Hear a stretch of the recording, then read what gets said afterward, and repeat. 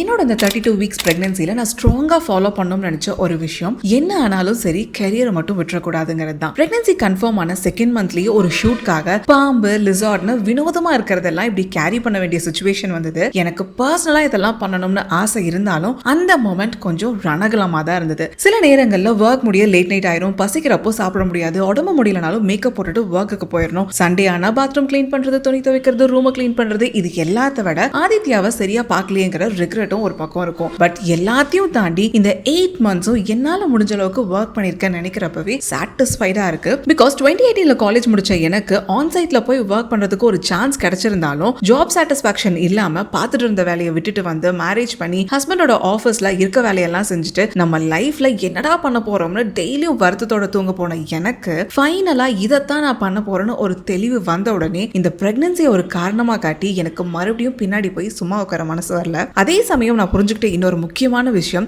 எந்த அளவுக்கு லைஃப்ல வேகமா ஓடணும்னு நினைக்கிறோமோ அந்த அளவுக்கு நம்ம ஹெல்த்தையும் பத்திரமா பார்த்துக்கிட்டாதான் அட்லீஸ்ட் நடக்க கூட முடியும். ஸோ இதெல்லாம் நான் குளோரிஃபை பண்றதுக்காக சொல்லல. பட் பிரெக்னெண்டா இருக்கப்போ எதுக்கு இப்படி ஒர்க் பண்றீங்கன்னு கேட்கறவங்களுக்கு நான் சொல்லணும்னு நினைக்கிற ஒரு விஷயம், ஒர்க் பண்றதும் சாய்ஸ் தான், ரெஸ்ட் எடுக்கிறதும் சாய்ஸ் தான். உங்களுக்கு எந்த விஷயம் நிம்மதியை கொடுக்குதோ அதை பண்ணுங்க.